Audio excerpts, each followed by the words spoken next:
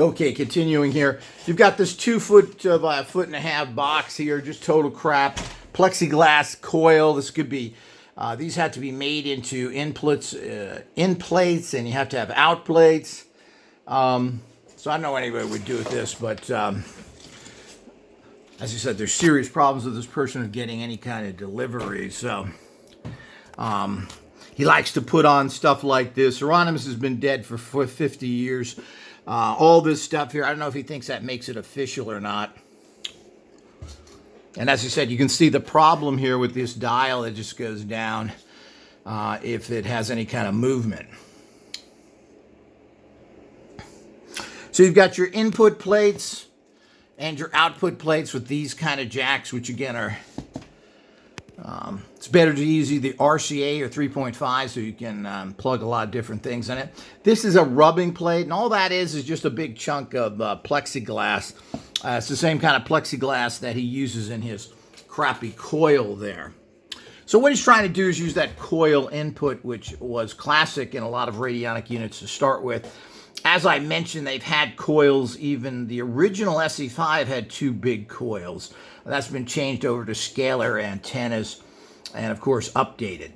So while Hieronymus are good machines, they are very outdated. Are they better? And, of course, there are people that are making it. Kelly makes replica Hieronymus machines that are of high quality and gives you lots of backup and instructions, and you certainly should get those. Now, okay, now let's look at the back here. Now, Hieronymus is famous for a couple of things. The use of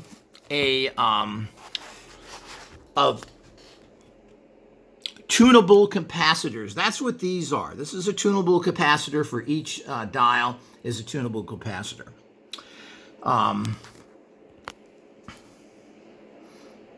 You can see this is pretty much the exact thing that the Olopath unit he made is. It's pretty much identical to that, except this you can tune, the other ones you couldn't. It was kind of an automatic radionic machine where you put in there. But again, the anopathic unit is virtually useless the way it's made. There's no in and out plates. It's just really bizarre. While you've got the basics down, the rest of it is kind of a joke. The other thing Hieronymus was famous for, which isn't here, is the use of a prism.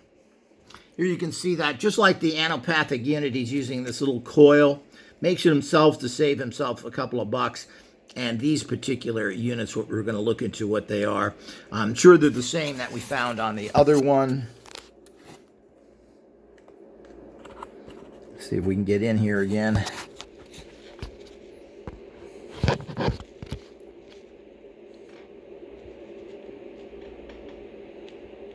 So there's the markings on there. And I'm pretty sure those are identical. This is, as I said, this is the only thing different between this and the allopathic unit.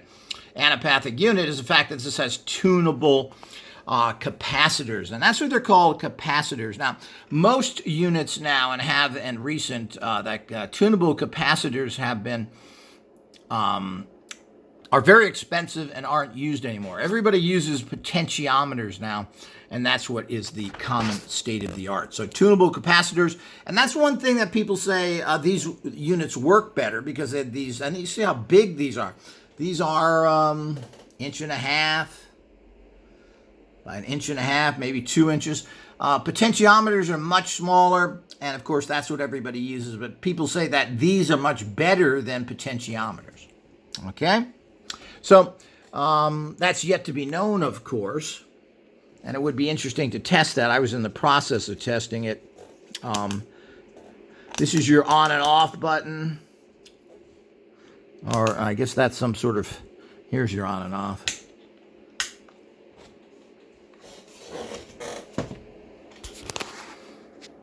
And of course, this guy wants $800 for this kind of junk, and you know, if somebody builds a nice machine, it's fine. The cabinet is this very cheap wood, and all that goes with it. We've got, as I said, this is the same setup that was in the other unit. So we've got the dials. You've got your in and out plates, which, of course, you would have to hook something up to these. You'd have to rig out a plate to send energy in and send energy out. He doesn't have that. I don't know what he thought you're going to do with this giant piece of crap here.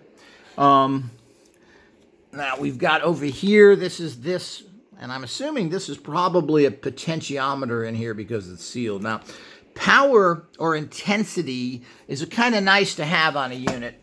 An intensity knob of how strong you want it to be certainly is helpful. Let's see what this is, if we can find out what's some markings on this. There is markings on this.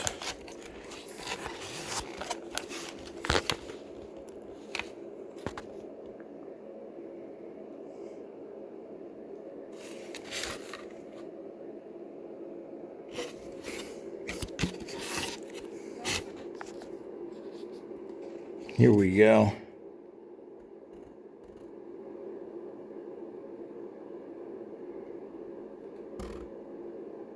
It says Duncan Electronics on there.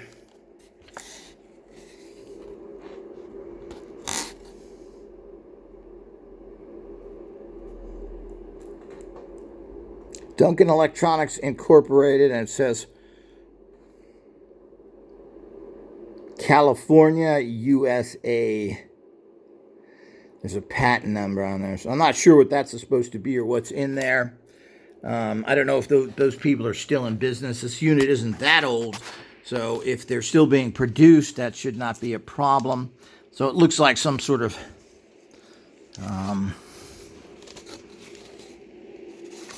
okay, here's some more. Okay, here we go.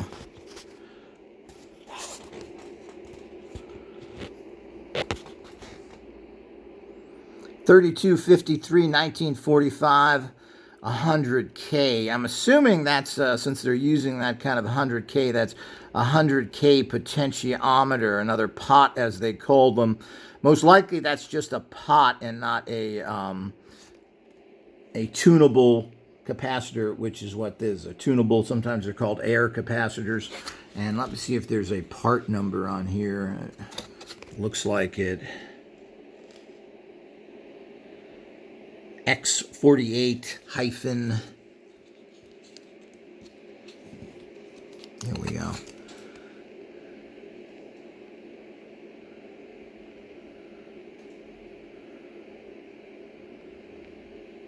-1, and next to that is 0418. You can't see that, but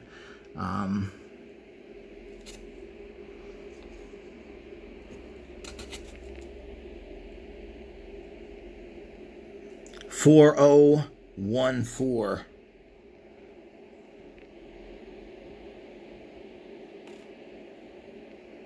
And this says 04, I'm sorry, 0415. So I'm not sure if those are different parts, if they're different strengths of capacitors or not, but do make note of that. See if there's any other markings on here. It doesn't seem to be. So the one on the right here, when it's flipped over, has this number on it, which is X. That's an X, I guess. X480-1 and then 0415. And this is X480-1.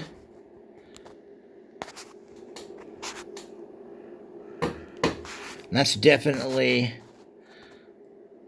4114. So I'm not sure. There may be different strengths of that, of how it's actually made. We do have plans on how to make these and so forth, which we'll be reposting soon. If you're interested in getting, schematics on it, because this is obviously a nightmare to figure out. So you've got the two pots, and again, these are considered banks, is what they're called. So it's a 2-bank unit. Hieronymus made 4-bank units.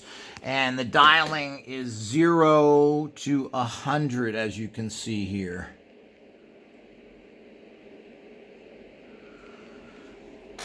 And all he does is put a big dial like this, and he made a little metal thing that he glued onto it. So this is a standard large dial, and he's glued this little pointer onto it. And he did the same here with the smaller pointer, and it has that intensity dial. And it looks like it's a potentiometer underneath. And of course, this is where your power comes from. Here's your on and off, and you've got a little light here. So you can see how simple this is. It may look a little, and this is a, let's see, what was that up here? That, you know, that doesn't seem to do anything. It's just a switch. So it's an on and off switch, and I'm not sure why. It goes to this, which is the what? Output. This goes to the output here. This also goes to the output. But I mean, where's the output going? You have to hook something to it. So it has to be connected into something, which is what this monstrosity was. But that, of course, is completely impractical. So you have to hook up some sort of plate for the output. So here we go again with this, which is just a piece of glued wood on here that he has put there. So he has a coil. And again, this is the same coil. It's the same parts. This is just wound by him personally around a piece of wood. And, of course, you've got these three, which looks like some sort of, I don't know if they're capacitors or resistors. And let's see if we can get in there again and get some, look at those numbers yet again.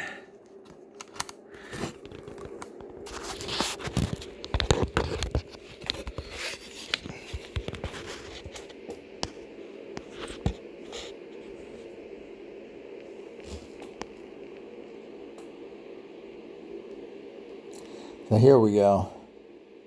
2N5670. I think those are the same things that were on the other one. There's three of those hooked up to this little circuit board. Exactly like the other one. So if you want to, and here's the bottom of it.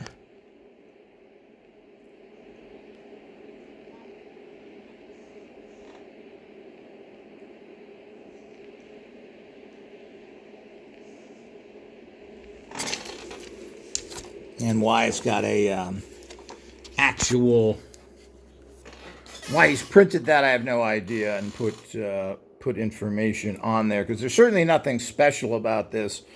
And as I said, this is very crude, very poorly put together. Now the wiring itself seems to be soldered properly. It's done fairly well. Of course, there's no color coding done on here. It's all red wire stuck in there. The problem is this guy wants you to pay in advance, wants you to wait 2 months, and you'll never get it.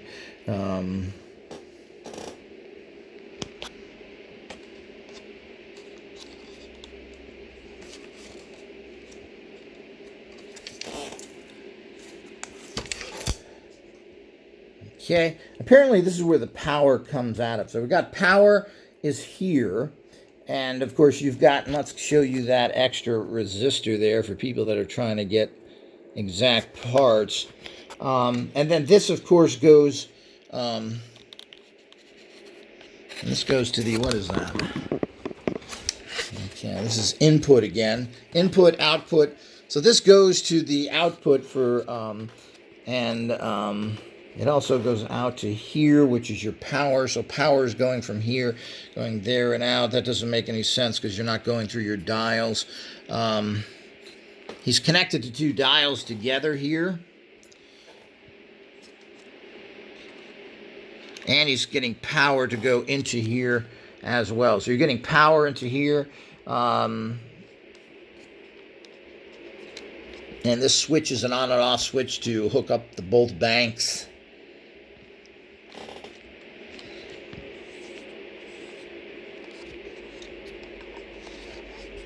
And of course, this energy is feeding into this switch, which also is feeding into here. And this switch is also feeding out. Feeding out. You know, regular radionic units are pretty simple, and you can understand the patterns here. Here he's got a lot of interconnections of things, which I'm not sure make any sense at all. Here's power again. The power is going from here to the out. But, of course, this is flowing. Why would you even do it that way? It doesn't make much sense.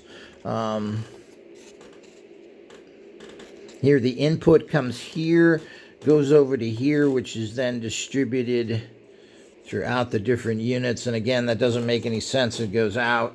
So there's a lot of wire in here that doesn't make any sense at all and doesn't seem to have any kind of energetic flow, even though there is a certain sense to it. But there is nothing overly special here, and certainly nothing that I really pay for. But I don't know if Hieronymus machines are typically like this or not.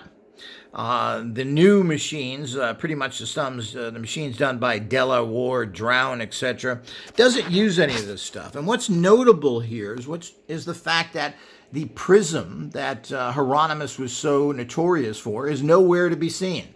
Now, prisms, I was told by a guy who claimed he worked for Hieronymus, meant absolutely nothing. The alloptic energy that a prism creates was just a gimmick he threw in there for his patent.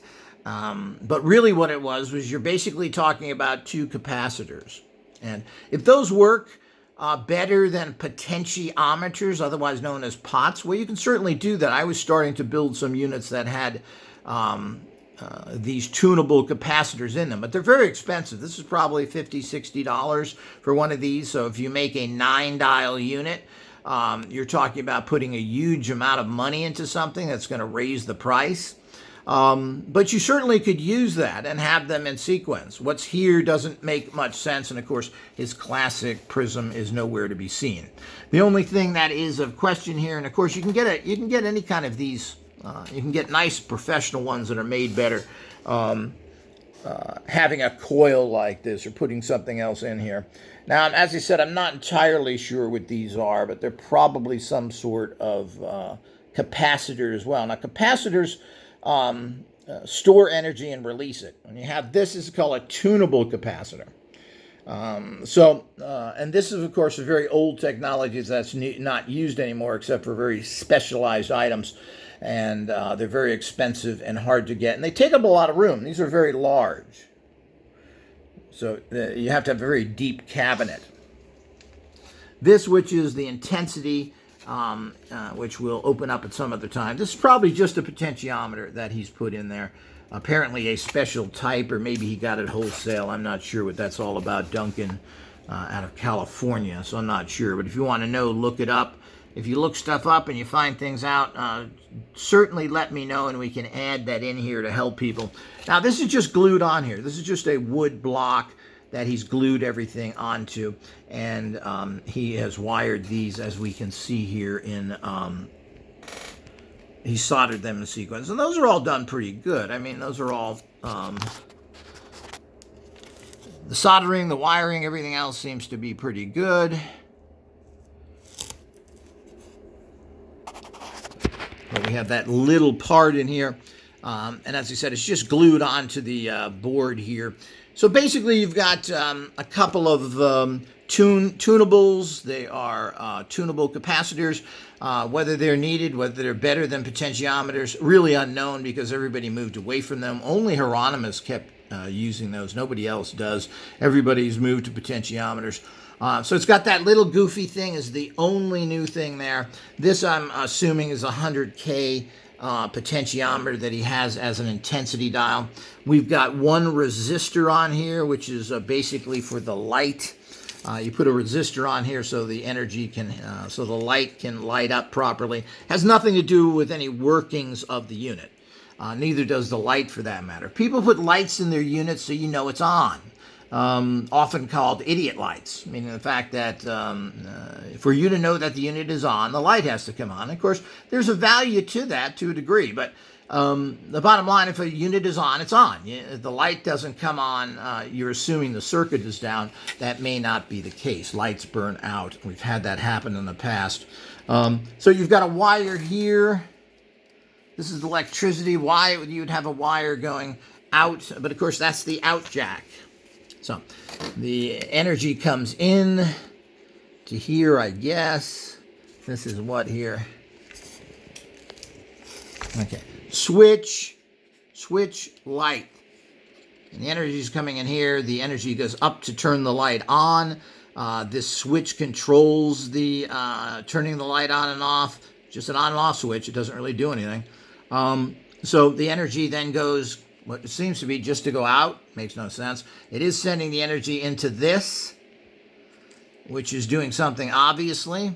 This is then going back here. And I guess you may be forming a certain circuit there or not. From this, he's got,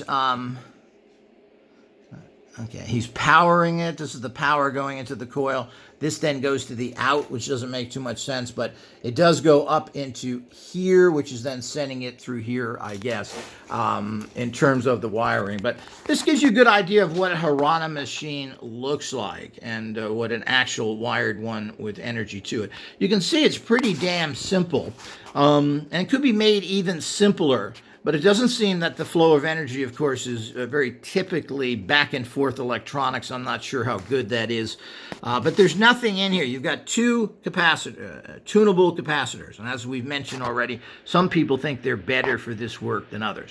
The only other electrical item in here is this thing that he puts in both of his units, which is this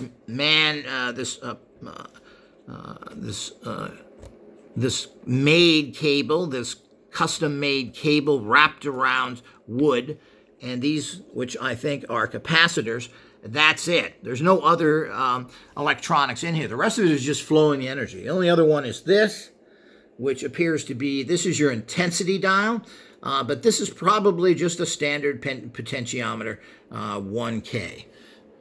So that's it. That's what a Hieronymus machines basically look like inside. And I'm sure they're not any different in any other designs by Hieronymus generally. This guy has his own way of doing things. As I said, what this unit is missing, of course, it has out, isn't that the out? Yeah, that's the out jacks. This is the in jacks. And of course, there's nothing attached to that. So when we look at it, you would have to make something to go into this unit. If you're analyzing something, if you're trying to find the rate of a person, it would have to go in here for you to do your analyzing. And of course, this is the out. So if you want to send energy after you've tuned, you then send the energy out. Now the energy is flowing out here. And of course, that's what that unit does.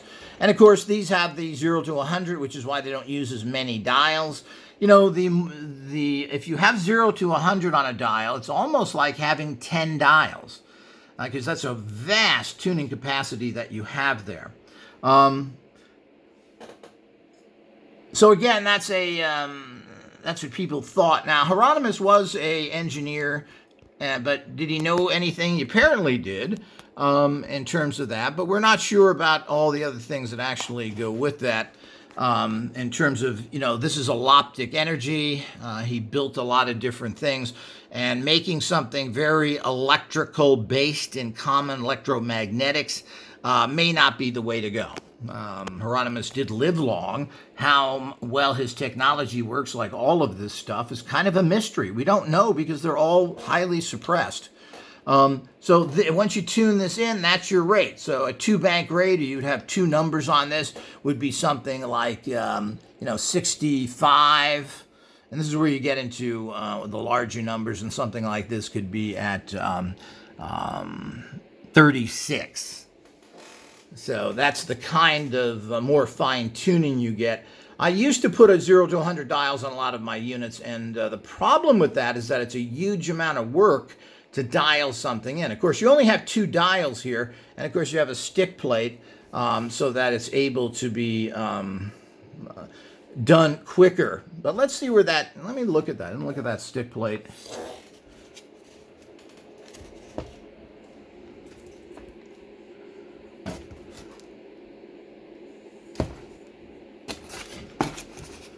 Okay, the stick plate is under here. And apparently, because I was just going to say, it looks like it's not connected to anything. But it is. Here's your...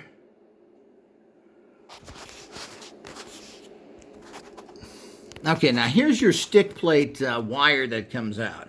And he uses really thin wire. So you've got one coming into this unit here, and we have one going out of this unit. So this is an important factor. And of course, this feeds into...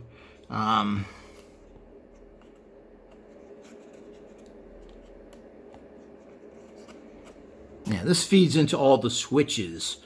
So, and that's part of your tuning capacity. But it does come out here, and on the other side, there is wires that the plastic plate is pressed up against and glued. Then it comes into the unit, which then goes to these areas, these two areas here. So that's how your stick plate or rubbing plate connects into this. So it goes through. And again, it's tiny wires. It's hooked up in a strange way. I'm not sure how good any of that is to pick up proper sticks with. When you use tiny wire like this, it makes it difficult to pick up energies. But, of course, it does save you money again. And that's pretty much what this guy was trying to make, something as cheap as possible. So all of this...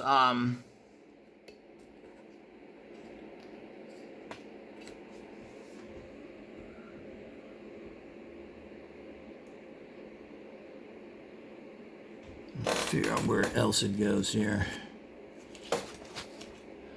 Yeah, those are all stick plate wires. This is where your stick plate, rubbing plate, these are all the wires that, these very thin wires here are going up into here, and that feeds through the rest of the unit, and then which eventually hooks up into your capacitors, which you can do tuning with. That looks to be a really bad design to me in terms of flow of energy, but it is going through up into here. This is then wired pretty well to everything else.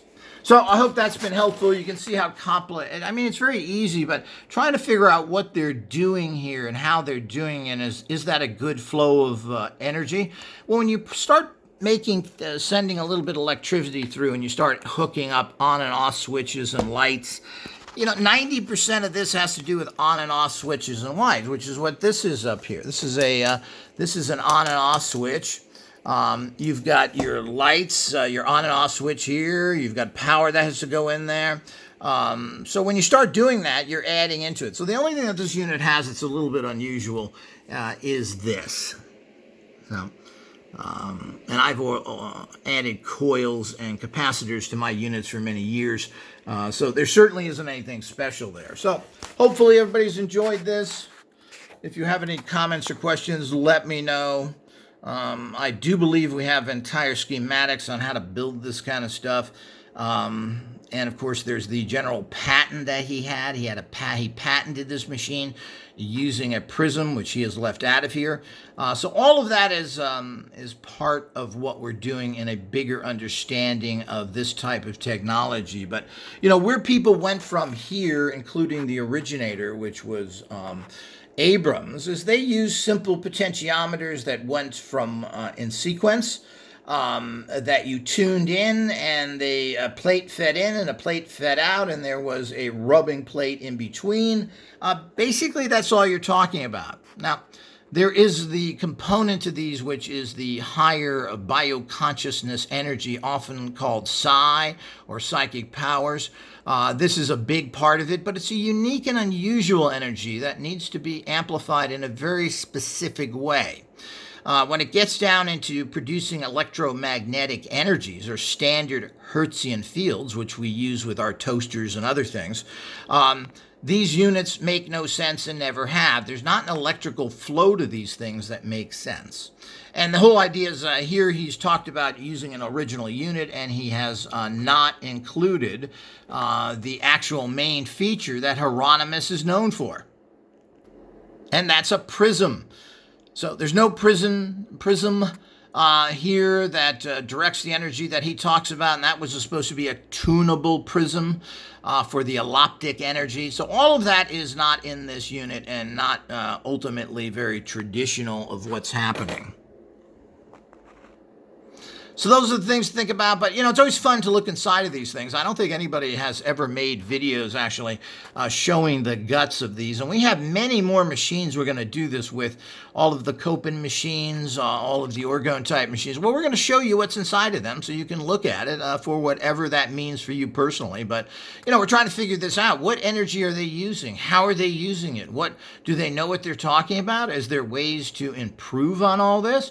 What is this? What are these manufacturers actually doing to increase these energetic fields? Now, what we've done is added in very specific types of amplification through resident energy amplifiers, which use tubes which are excellent on picking up resonance. We also changed the internal structure energetically to pick up this very specific type of energy. We also do the same thing with a low power transmitter. So all of this is put together in a very particular way to make common sense. When you get into something like this, I mean, you have your tunable capacitors. Now, do they work better? Well, they may, but they're very difficult to use and they're super expensive. I mean, I think I said $8 or $9. These can easily run something like this, $30, $40 each. So if you make 10 dials, you're talking about $400 just in tunable capacitors. You start making very expensive machines and this becomes a problem. The other things is they take up huge amounts of space, so you have to have very specialized cases to put these in. So you just can't use your average case because they're too big, and most of them stick straight down and everything else. So you have all sorts of problems when you do that. So as a manufacturer, somebody trying to copy these types of things, it's very difficult to do. So you have to know your beast and understand that if you start using tunable capacitors, you're going to spend lots and lots of money, and you're also going to have space and assembly problems. This is also probably why Hieronymus never used lots of tunable capacitors. He only used 2 to 4, from what I understand, maybe 5, like we have an intensity, which I think is a potentiometer, but it could be a capacitor underneath there. But that's why he used so few capacitors, because probably even back then they were expensive. But since they are now obsolete, as I said, you can easily spend $30 to $40 on a capacitor like that. And if you use many of them, you're going to just have a huge initial cost there that the customer has to pay. And most likely they're not going to be interested in doing that. They're not going to understand if they're so much better. But that's something to actually keep in mind with building things like that. But this gives you a great insight. There it is, people. That's what it looks like. It's not very complicated. It has to do, as I said, these are basically switches, lights, switch, light, switch, and the electricity is coming in here. So those are what you're getting. And that's about it. You got 2 tunable capacitors. You've got this little coil with apparently our capacitors. And you've got most likely what's a potentiometer here, 100K. Hope you've enjoyed it. Much more to come.